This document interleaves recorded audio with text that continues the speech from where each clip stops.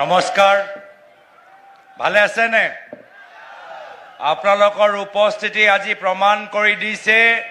যে টিংখাং নাহৰকটীয়া দুলিয়াজানত তিনিটা সমষ্টিত কংগ্ৰেছ দল জিকিবলৈ গৈ আছে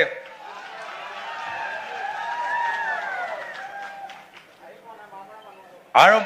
মহামাৰা মানুহ আহিছে নেকি ইয়াত মহামাৰা মানুহ আমি নাজিৰাত আমি জ্ঞানদীপ মোহন ডাঙৰীয়াক তাক আমি কৈ আহিলো যে মহামাৰা সমষ্টিত জ্ঞানদীপ মোহন ডাঙৰীয়া জিকিবলৈ গৈ আছে আচ্ছা সৰু এটা ইয়াত নাহৰকটীয়া মানুহ ক'ত গৰিয়া দুলিয়াজান মানুহ ক'ত আৰু টিংখং মানুহ ক'ত টিংখং মানুহ ক'ত টিংখং মানুহ ক'ত ধন্যবাদ এতিয়া সকলৰ দায়িত্ব আহা 9 তাৰিখত হাতৰ চিনপত ভোট দি বিপুল গগৈ ডাঙৰীয়াক জিকাব লাগিব প্ৰণতি ফুকন ডাঙৰীয়াক জিকাব লাগিব আৰু ধ্ৰুৱ গগৈ ডাঙৰীয়াক জিকাব লাগিব আৰু জ্ঞানদীপ মোহন ডাঙৰীয়াক জিকাব লাগিব আজি এখন বিশাল নিৰ্বাচনী সভাত উপস্থিত থকা প্ৰিয়ংকা গান্ধী ডাঙৰীয়ানী AICC general secretary Jitendra Singh ডাঙৰীয়া উপস্থিত থকা ৰাইজৰ দলৰ সভাপতি অখিল গগৈ ডাঙৰীয়া উপস্থিত থকা মা তিনিগৰাকী প্ৰাৰ্থীসকল বিপুল গগৈ ডাঙৰীয়া প্ৰণতি ফুকন ডাঙৰীয়ানী ধ্ৰুৱ গগৈ ডাঙৰীয়া AICC সম্পাদক বিকাশ উপাধ্যায় ডাঙৰীয়া ঝাৰখণ্ডৰ পৰা অহা আমাৰ কংগ্ৰেছৰ মন্ত্ৰী মাননীয় শিল্পী নেহা তিৰ্কী ডাঙৰীয়ানী আৰু উপস্থিত থকা এই সমষ্টিৰ প্ৰাক্তন বিধায়ক এটুৱা মুণ্ডা ডাঙৰীয়া আৰু ইয়াত উপস্থিত থকা শ্ৰদ্ধেয় ৰাইজ আপোনালোকে ইতিমধ্যে অৱগত যে কংগ্ৰেছ দল ৰাইজৰ দল অসম জাতীয় পৰিষদ দল CPM দল CPIML দল APHLC দল আমি সকলে ঐক্যবদ্ধ হৈছো নতুন বৰ অসম সৃষ্টি কৰিবলৈ নতুন বৰ অসম আমাক লাগে নে নালাগে এই নতুন বৰ অসমক আমাক বাক স্বাধীনতা ঘূৰি আহিব লাগে নে নালাগে আমি নিৰ্ভয় স্বাভিমানী অসমীয়া সমাজ হিচাপে থাকিবলৈ বিচাৰো নে নিবিচাৰো তো যদি অসমখন উদ্ধাৰ কৰিব লাগে যদি অসমৰ ৰাজনীতি পৰিষ্কাৰ কৰিব লাগে তেতিয়াহ'লে আহা 9 তাৰিখত হিমন্ত বিশ্ব শৰ্মা ডাঙৰীয়া অসমৰ পৰা বিদায় দিব লাগিব আজি এই হিমন্ত বিশ্ব শৰ্মা ডাঙৰীয়া সদায় বিশ্বাসঘাত কৰি থাকিল যেতিয়া কংগ্ৰেছত আছিল প্ৰায়তঃ তৰুণ গগৈদেৱক বিশ্বাসঘাত কৰিলে যি অসমৰ 15 বছৰ মুখ্যমন্ত্ৰী এগৰাকী ৰাজনৈতিক অভিভাৱক দৰে হিমন্ত বিশ্ব শৰ্মা ডাঙৰীয়াক মৰম কৰিলে সেইজন পিতৃতুল্য ব্যক্তিক হিমন্ত বিশ্ব শৰ্মা ডাঙৰীয়া বিশ্বাসঘাত কৰিলে তাৰ পিছত আমি কি দেখা পালো কি হিমন্ত বিশ্ব শৰ্মা ডাঙৰীয়া বিজেপি দলত গ'ল সেই সময়ত মুখ্যমন্ত্ৰী আছিল সৰ্বানন্দ সোণোৱাল ডাঙৰীয়া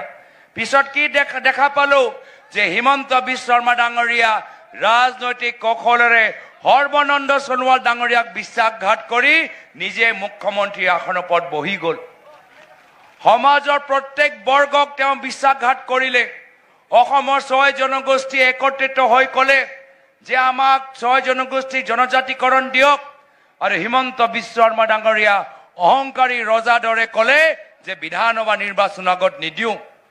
আজি এনেকুৱা এখন মুখ্যমন্ত্ৰী যে ইমান অহংকাৰী আজি আমাৰ বাগানৰ শ্ৰমিকসকল কৈছে আমাৰ মজুৰি বৃদ্ধি কৰক আৰু হিমন্ত বিশ্ব শৰ্মা ডাঙৰীয়া কি কৰিছে চাৰিওফালে নিজৰ পৰিয়ালৰ নামত আজি বাগান কিনি আছে আজি অসমৰ ইতিহাসত আমি লোকপ্ৰিয় গোপীনাথ বৰদলৈ পৰা আমি প্ৰায়তঃ তৰুণ গগৈদেৱ সকলোকে আমি দেখা পাইছো কিন্তু আপোনালোকে কেতিয়াও 15,000 বিঘা মাটি 12,000 বিঘা মাটি মুখ্যমন্ত্ৰী দেখা পাইছেনে 12,000 বিঘাত থকা মুখ্যমন্ত্ৰী দেখা পাইছেনে এইবাৰ প্ৰথমবাৰ আমি দেখা পাইছো আজি মোৰ পিতৃ প্ৰায়তঃ তৰুণ গগৈদেৱ অসমৰ 15 বছৰ মুখ্যমন্ত্ৰী কিন্তু ক'তো নিজৰ পৰিবাৰৰ নামত বাগান লোৱা নাই নিজৰ ল'ৰা নামত ৰিজৰ্ট খোলা নাই নিজৰ ছোৱালীৰ নামত চেনেল খোলা নাই কিন্তু এইবাৰ আমি এনেকুৱা কথা আমি দেখা পাইছো সকলোকে প্ৰতাৰণা কৰিছে আজি আমাৰ অসমৰ মানুহবোৰ যদি ফেচবুকত তেখেতৰ বিৰুদ্ধে এটা পোষ্ট লিখি দিয়ে তেতিয়া লগে লগে হিমন্ত বিশ্ব শৰ্মা ডাঙৰীয়া নিজৰ পুলিচ পঠায় আজি কোনে নিজৰ কথা ক'বই নোৱাৰে যদি অসমৰ মহিলা ভাবে কি নহয় মই বিজেপি কাম ভাল পোৱা নাই মূল্য বৃদ্ধি হোৱাটো ভাল পোৱা নাই যদি অসমৰ মহিলা মূল্য বৃদ্ধি ওপৰত পোষ্ট দিয়ে লগে লগে 1250 টকা হিমন্ত বিশ্ব শৰ্মা ডাঙৰীয়া কাটি দিয়ে লগে লগে কাটি দিয়ে তো আজি আপোনালোকৰ স্বাভিমান নাই আপোনালোকৰ বাক স্বাধীনতা নাই আপোনালোকে নিজৰ ৰাজনৈতিক সিদ্ধান্ত ল'ব নোৱাৰে আৰু তাৰ বিপৰীত হিমন্ত বিশ্ব শৰ্মা ডাঙৰীয়াই কি কৰিছে চাৰিওফালে মদৰ দোকান খুলি দিছে চৰকাৰী স্কুল বন্ধ কৰি চাৰিওফালে মদৰ দোকান দেখিছে নে নাই দেখা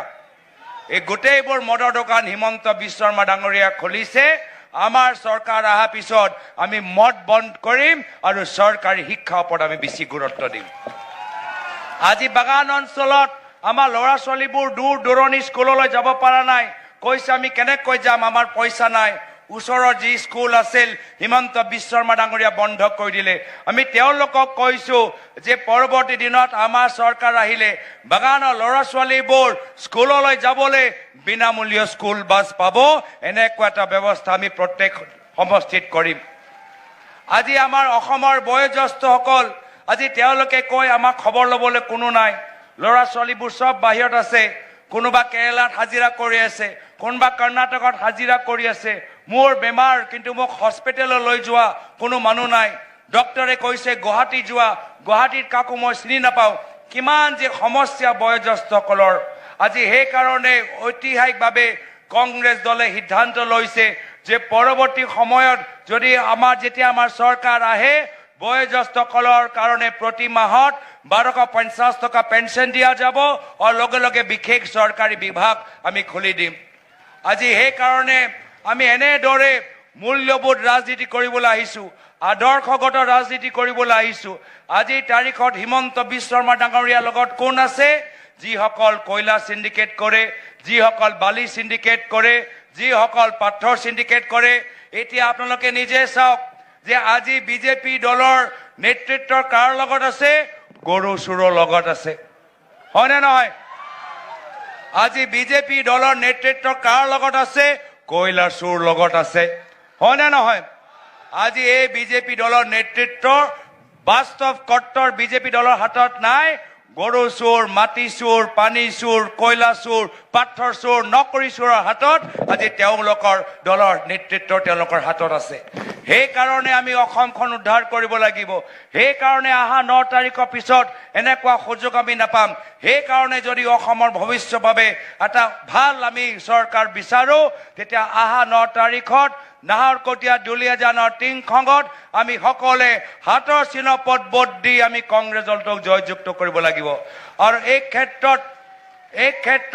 য'ত আমাৰ মিত্ৰজোঁটৰ প্ৰাৰ্থী আছে য'ত অসম জাতীয় পৰিষদৰ প্ৰাৰ্থী আছে য'ত ৰাইজৰ দলৰ প্ৰাৰ্থী আছে য'ত CPM দলৰ প্ৰাৰ্থী আছে য'ত CPIML দলৰ প্ৰাৰ্থী আছে আমি মিত্ৰজোঁটৰ প্ৰাৰ্থীখিনিক আমি জিকাব লাগিব এইবাৰ চাব নতুন চৰকাৰ নতুন অসম তাৰ আৰম্ভণি উজনি অসমৰ পৰা হ'ব আৰু তাৰ আৰম্ভণি উত্তৰ অসমৰ পৰা হ'ব এইখিনিয়ে কথা কয় এতিয়া যাৰ বাবে আমি সকলে বাট চাই আছো ইমান দূৰৰ পৰা আমি সকলে আহিছো আমাক সম্বোধন কৰিবলৈ এতিয়া মঞ্চত মই নিমন্ত্ৰণ জনাইছো আমাৰ কংগ্ৰেছ দলৰ নেত্ৰী এগৰাকী শক্তিশালী কণ্ঠ এগৰাকী বলিষ্ঠ নেত্ৰী যিজন কাকো ভয় নকৰে আমাৰ অসমীয়া মানুহৰ দৰে স্পষ্টবাদী নেত্ৰী अब मैं माननीय प्रियंका गांधी जी को हम सबको संबोधन करने के लिए आमंत्रित करता हूं प्रियंका गांधी जिंदाबाद प्रियंका गांधी जिंदाबाद